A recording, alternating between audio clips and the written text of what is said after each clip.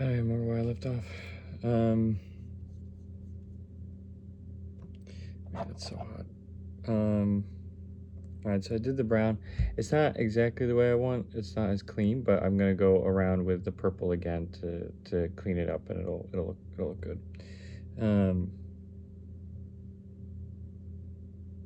So now I'm gonna use the Balthazaars Gold, and I'm gonna paint this jewel in the middle, and then hopefully this still has stuff in it.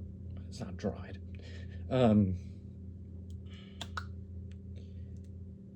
It's okay. Oh, this isn't great. We'll see what happens. All right, let's see here. So anyway, so the point is that we want things to be different, and so that's why sometimes it's hard for people to, you know, kind of watch DC, because it's a little bit harsher, it's a little bit darker, and so the audience and the you know, this, I don't remember where I left off, but the point is that that's kind of where everything came, like, you know, came to a head with this stuff, is because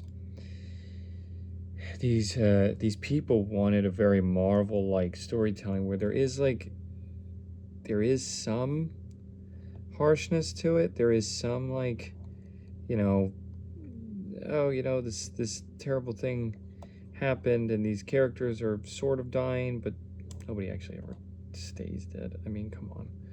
And it's like, all right, that's fine, I guess, but all right, so there's that. All right, and then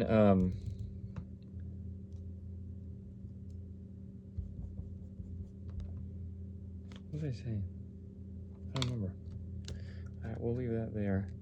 I'm gonna paint the jewel. I think I'm gonna paint the jewel.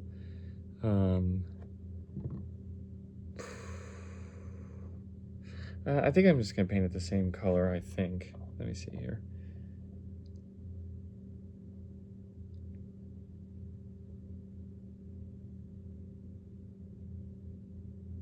No, I'm not gonna paint it the same color. I'm gonna paint it this blue. I think I'm gonna do it. No, I'll paint it this metallic gold, actually. I was gonna possibly do that, but we'll see what happens here. So anyway, the point is that DC sheds a light on some things that's like people don't really want to look at, which, ooh, that was odd. All right, I'm gonna leave that like that, and I'm just gonna pull off from the top. That is very strange. I don't know how that happened, but that's fine. I don't even know what just happened. Which is why people didn't like it very much, because it was just too dark. It was too, people want an escape. Well, and that's fine. That's fine. They can have an escape. I'm not a huge fan of that. I wish we had a little bit, but again, that's my own personal preference, right? But the real point is, like, going back to The Dark Knight Rises, this is why people liked The Dark Knight Rises, but also didn't understand what they were watching when they watched The Dark Knight Rises. So, like, the reason why, okay, one of the main points of criticism for The Dark Knight Rises is there is no way in any reality, I'm gonna clean this top off because otherwise it'll get stuck. There's no way that any police chief would have sent all of his men down in the tunnels, like all of them. Okay, so here's the problem. On the surface, that sounds like a reasonable argument, because it is, technically. Because you're right, it is. There's, like, under normal circumstances, yes.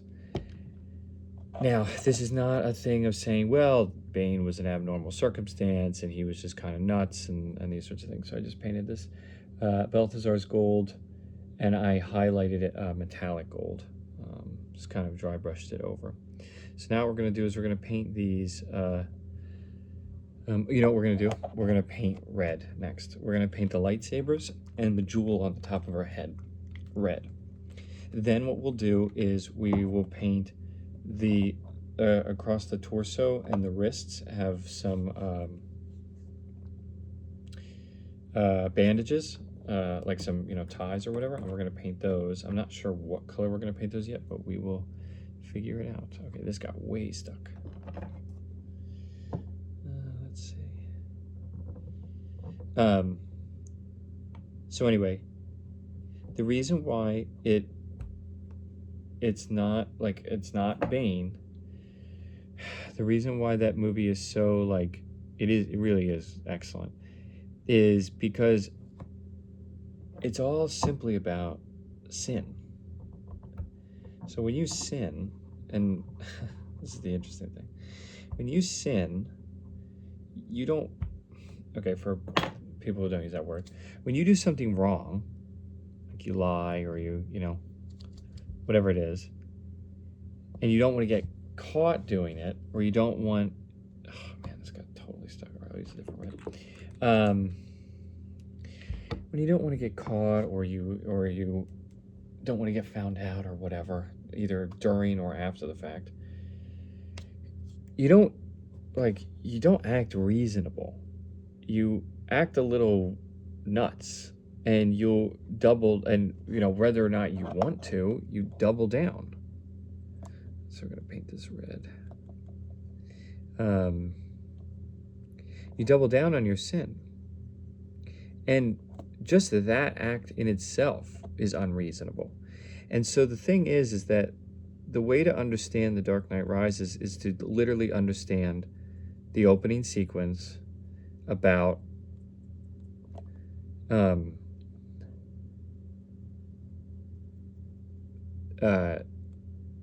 Gordon keeping the truth about Harvey Dent undercover. And the whole thing with Alfred saying, maybe we should stop trying to run away from the truth and let it have its day. Like, that movie is completely and utterly about running away from sin and not telling the truth. That's the whole movie. And so when you understand it from that perspective, again, it goes back to the Man of Steel thing, where it's like, it feels like the death feels hollow and it feels stupid. Yeah, it's supposed to feel that way. It literally is supposed to, like, the things that you feel from it are what you're supposed to feel, because that's what it's designed to do. It's not designed to be this thing where it's like, oh, we gotta address this reasonably. Like, okay, what's the logic around, like, how do we logic all the troops going down, under the tunnels and Gordon's reaction? It's like, no, you can't view it that way. To view it that way completely misunderstands the whole thing. He was in sin. He knew his papers had gone missing, and he was trying to get it so that all the stuff that was buried wasn't going to come back up. And so this is purely about running away from sin and trying to cover it. That's what the whole thing is about, which is why the whole movie is realistically unreasonable. And that's just the way it is. That's the way it is. So then going to the Avengers thing is, and then this goes back to the oh man, it's so hot. Going back to the thing about J.J. Abrams with Star Trek that I talked about last time, where he was like, well, there's just too much philosophy in the old one. It's like, okay, then you misunderstand like what the point of it is. Here's the lightsabers here. I forgot I need to do her jewel on the top. Like the whole point is, to talk about it from like religion and philosophy and these sorts of things. And one of the main problems that I have with whatever it is, like Marvel, is they've foregone that whole like deeper meaning, deeper thought between things or about things, and it's just sort of like whatever quippy, easy philosophy thing that we can muster. That's what we're using. That's what we're addressing. And it's like, man, dude, like you could have so much more depth. You could have so much more meaning in this, and you just choose actively. You choose not to do it, and that's why those things don't have a long-lasting legacy. Which is why, how do I want to do this? I think I will paint her. I don't want to do that because I've already done too much of that. Not too much, but I've done enough of it. I think I will paint her wrist stuff as... I think I'll paint it gray. But I'm going to highlight it more white. Yeah, we'll just do a little bit of that. Like, we can't really have philosophical discussions about those things. Some of them we can, right? Winter Soldier, we can. There's a bit more there. Whatchamacallit, Iron Man 1, awesome. There's so much you can do with that one, which I really love. I think that's a great one. But you can't really do the rest of it, and it's like, it's frustrating. It's annoying. I want more meaning. I want more depth out of my material. And here's the other thing. Because you're going to have people that come out of the woodwork and go, well, not everything has to have so much depth. Okay, but there are different levels of depth, though. Like,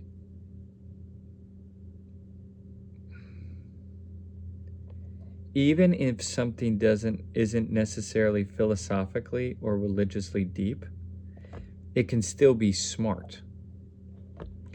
A movie that's like that is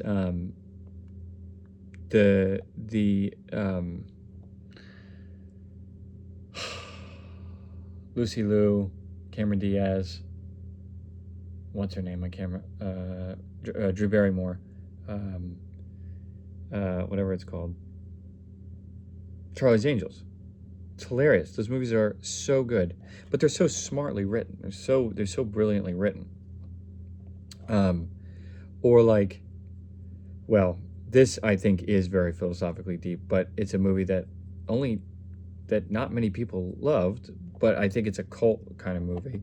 After the fact is Ben Stiller's Secret Life of Walter Mitty is one of the most brilliant movies ever made, just ever. It's hard to compare with that movie. It really is. Like, that is just an incredible piece of work. Like, it really is. It really is. Point being, you can make things, like, you don't have to go full throttle or none at all. Like, you can balance things out. Things can be funny and still have meaning, or they could just be really dark and, or meaningful, or whatever, however you want to phrase it. Okay, now that I use the gray, I'm going to just paint over this just a little bit.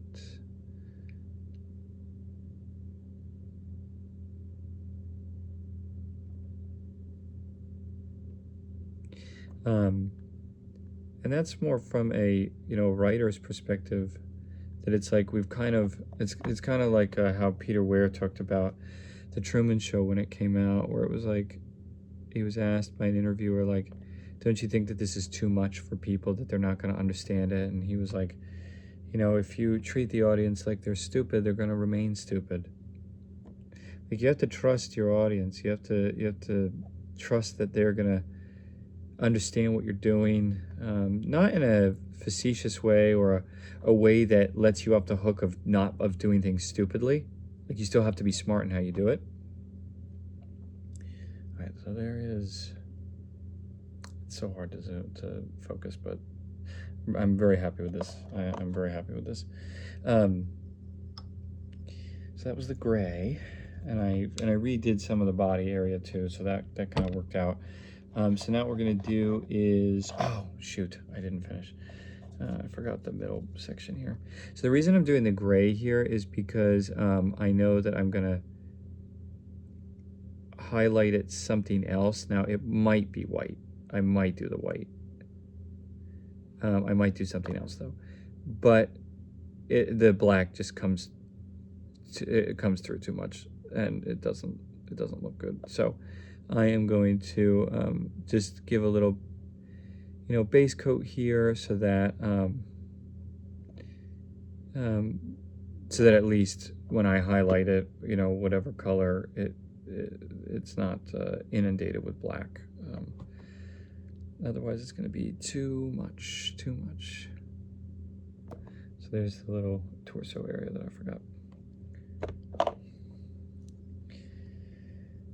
Oh boy, okay. Okay. And then, let's see here. So I kind of want to do the yellow again, but I probably won't. So let's do silver, then we'll do blue. No, sorry. We'll do silver on the handles. Let's just start with that. So we'll just do a little bit of silver. So yeah, Peter Weir on the Truman Show, I think it was really important for him to do that, for him to say that, because we just have this this assumption that audiences are so stupid that we can't do something smart. This is why, specifically, I won't make short films, because, well, it's not really, actually, you know what? Let me phrase that differently. It's not why I won't make short films. I'm okay with making short films. I just don't like making them. That's just not my preferred method of writing or making movies. It's just that's just something I'm not a huge fan of for myself. I don't begrudge anyone else to do it. That's just, for me, not what I enjoy doing, and that's fine. But there is this assumption that by indie filmmakers that make short films that, well, I only have 5 minutes, or I only have 15 minutes, or, you know, whatever the time frame is, and it's like, well, it can't be smart because it's not long enough. And it's like, no, you're just lazy. Like, I'm sorry, you're just like, there's no you don't want to take the time to do something smart because you think that you're right. Like, there are so many good short films that are that way, and I'm not talking about the great ones that everyone, you know, talks about. I'm talking about people who are in the local scene where their only capability, you know, at the moment, not judging anybody at all, is to make short films, whether that's budget wise or time wise or crew, you know, whatever. There's no oh man, it's kind of got a little messy here, but I think I'm going to highlight it white anyway at the base, so it's all right. There's no judgment on your resources or anything like that. Like, that's not what I'm saying. What I'm saying is that there's a level where we excuse bad practices in creativity from a lack of resources or you know, whatever. And the reason why that's not tolerable is because most of the time, the things that you are excusing aren't even the things that are the problem. So, like, for example, it's free to write a great script. It's free to write a perfect script. You don't need anything. You literally need nothing. You need a piece of paper and a pen. That's all you need. And you don't even need that. You can do it on anything. So it's like, there's really no excuse there for that. And it's not, like, it's just not acceptable. Here's the handles here. You can kind of see them. They're just a little bright. So I think what I'm going to do now is I'm going to use black and just do some like light dry brushing, and maybe some like, kind of like the idea of like a couple of tattoos on her head, which I think would be nice. Like, so just a couple of lines, like nothing complicated at all. But all right, so let's see here. So I kind of want to do this a little bit. Let's see. I want to do like,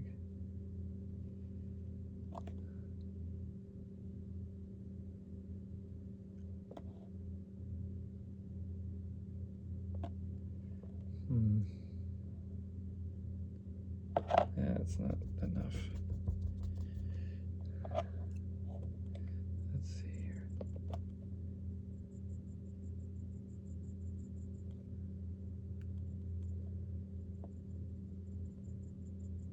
Let's see. Sorry, I know I stopped. I'm just kind of really focused on this.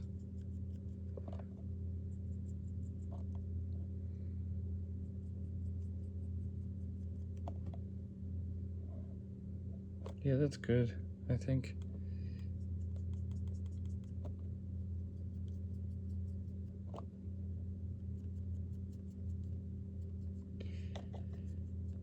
Let's see.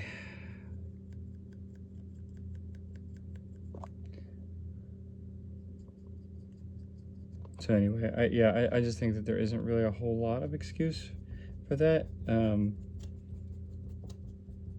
And gear comes so cheaply now, so audio is not really an excuse either.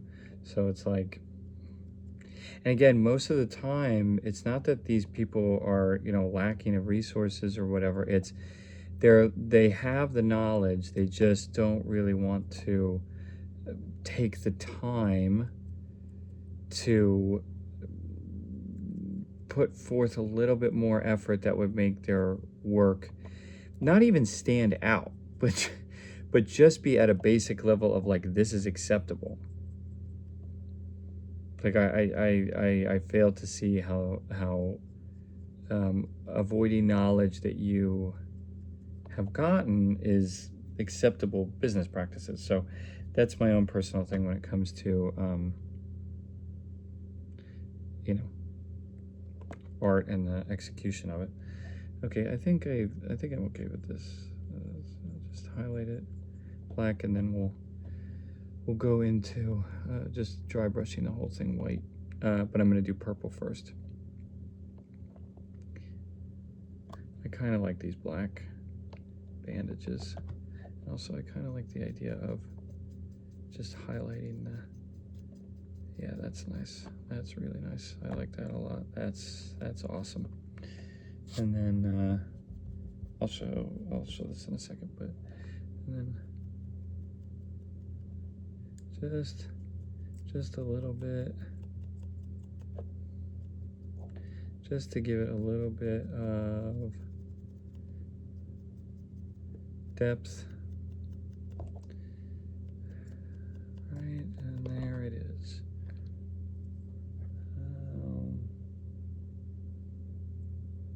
You can't really see it, but that's okay. You'll see it in the reel. All right, so that's the black. I don't know if I want to do the tattoos. I kind of want to do one. Let me see if I can do one. But let me do the smaller paintbrush. So yeah, but my point out of all of that is you need to do your work with excellence and well, and you know, whatever it is, and just really take the time to, like, you know, if you can't do it well, as in like,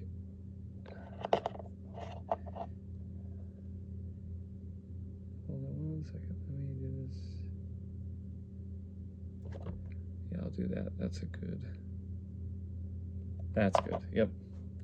Awesome. All right, so now I'm going to do the whole thing purple, and then I will do the white over everything. So yeah, you just need to really make sure that stuff that you do is done with excellence, no matter how big or small it is, and whether you're the leader of it or you're a crew member or whatever. Like, your job is just really important. I don't know why I poured the white. I'm doing purple next. So but that also goes back to, you know, the whole thing with J.J. Abrams and saying J.J. Abrams and saying the attitude of like, well, if you like Rise of Skywalker, you're right, and if you don't like it, you're also right. That's not owning your work. That's not owning your failure. What that's owning is the idea of, I'm going to put the responsibility of the acceptance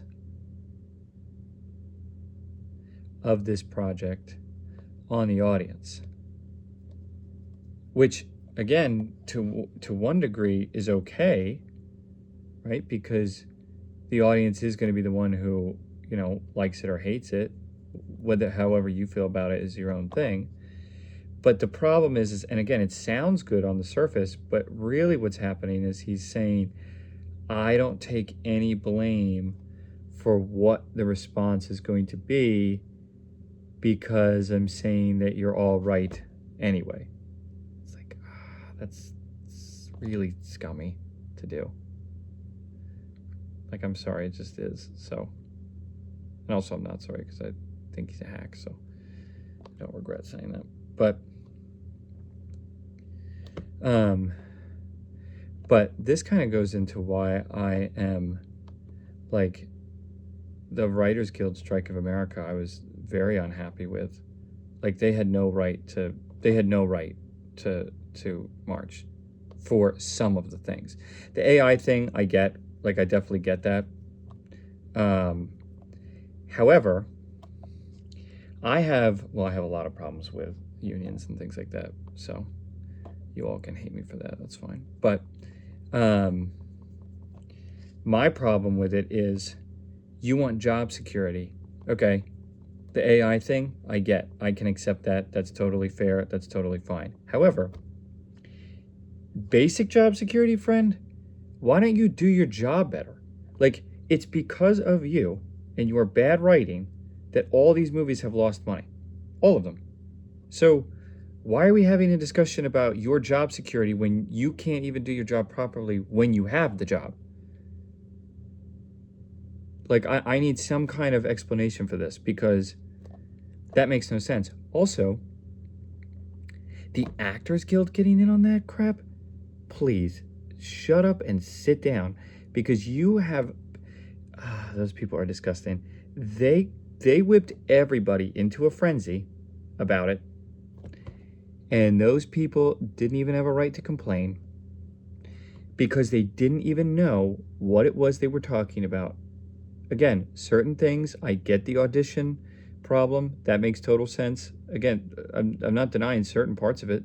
Certain parts of it make total sense as to why you're upset. That's fine. But let's talk about the rest of it. Because what are you talking about that you need more money?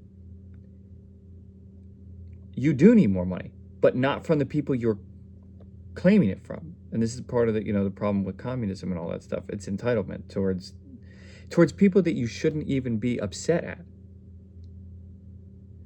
Here's the problem. All these people wanted to get up in arms about these big corporations not paying out their actors enough, and how there's the sob story of, well, these people have to work 3 jobs and they're not even in the industry and they have to do all these other things in order to make their to make a living and to live and stuff like that. And it's like, no, Fran, you did that. You did that, and you convinced everybody else that it was somebody else's fault and not the union's fault. That's the reality. Because here's the issue. So the issue is that there's only a limited amount of jobs that are available in Hollywood anyway. That's just the reality. There's not an unlimited amount of jobs because it's not an unlimited workforce. There's only a certain amount of movies made a year, and they have certain amounts of budgets, and so on and so forth. So then what happens is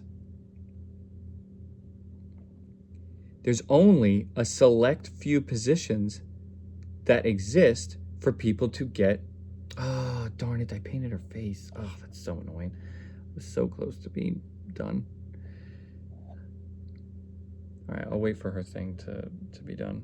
Or I'll wait for her face to dry and then I'll do the white now. But I'll do the white and then I guess I should do the black too. But so you did all this crap.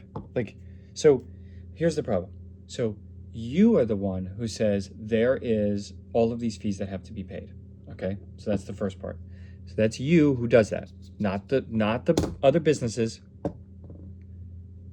You did that. You also set the rates. Okay. Now you don't set all of them, but you set you do set the rates that the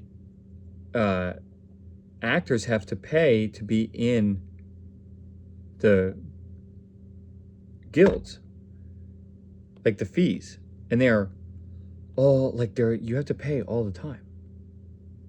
Once a year. You have to pay once a year. And plus all the regular stuff. Then the Actors Guild has all these rules that you're not allowed to work non-union jobs. And then you also set the magic number threshold that all these people have to reach in order to get health insurance. And the reason why this is such a scam, I mean such a scam, is because these people know that there is a limited amount of jobs. This is like saying this. Let's say you were at a party and there was bobbing for apples. And the person who ran, like who set up the party, knew how many apples were in the barrel. And they said, okay, anyone who wants to eat has to pull out 5 apples in there. Has to pull out 5 apples and then you can eat. I was like, okay, that's fine. But nobody knows how many apples are in the barrel. Only you know. And you know there's only 20 apples. And you know there's 10 people who have to play to eat. So 4 of those people are getting to eat. The other 6 will not eat. As long as they did the numbers right, yeah. And so the problem is, you set these people up for failure because they don't actually know that they're in a rigged system where there isn't enough money to go around. And then what happens is you then ensure that that happens by your insanity clauses, by not allowing people to work non-union jobs because you don't actually want to pay out the health insurance. Like, you don't want to pay out the health insurance. You don't. So here's the question. If you're not paying out health insurance, and I've done this, like I've done the research on this stuff because I had to make I was going to make a movie unionized, and it was insane. The rates were insane. And I wasn't going to do it. Because here's the issue. If that money that you're, because here's the insane thing. Not only do I believe the actors have to, and the production has to pay into or health insurance and life pension, or your pension. Where does that money go if it doesn't get paid out to the person? Because they're still paying the fees, they're still paying all that stuff. So explain to me where the money goes. I need an explanation of where my thousands of dollars of fees are going. And then what's insane is that these people have the audacity on their website to allow for whatever it's called. People are allowed to sign up for FICOR to create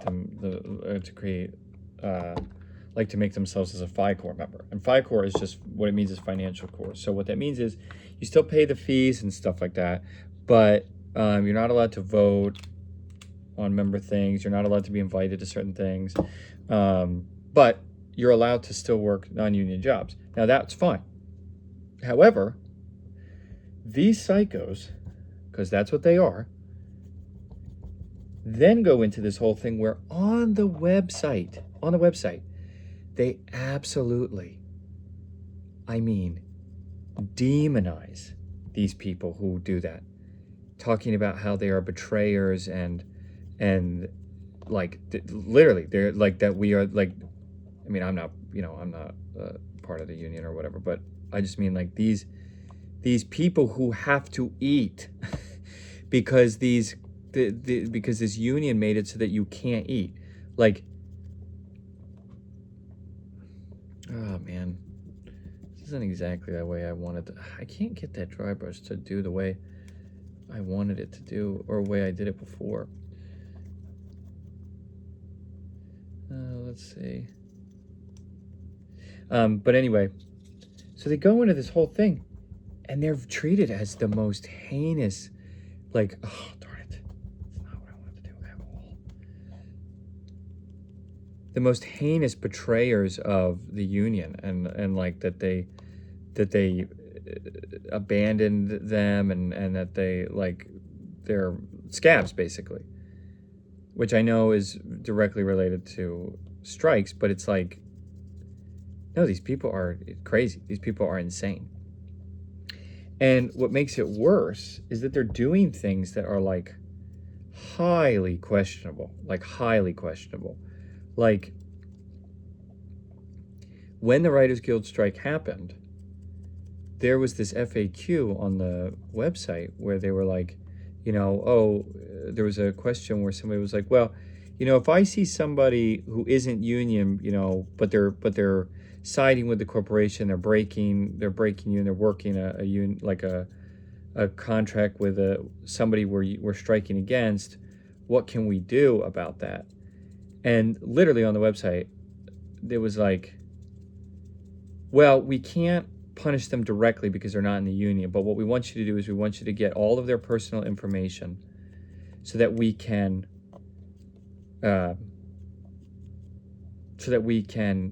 put them in our database and blackball them from ever joining the union. It's like, so you are literally totalitarian because you are creating a situation where they are allowed to behave the way they're behaving, and you're still going to punish them in the future for something that they're legally allowed to do right now.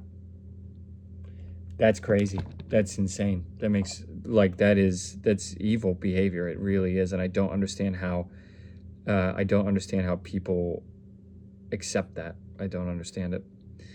Okay. So, man,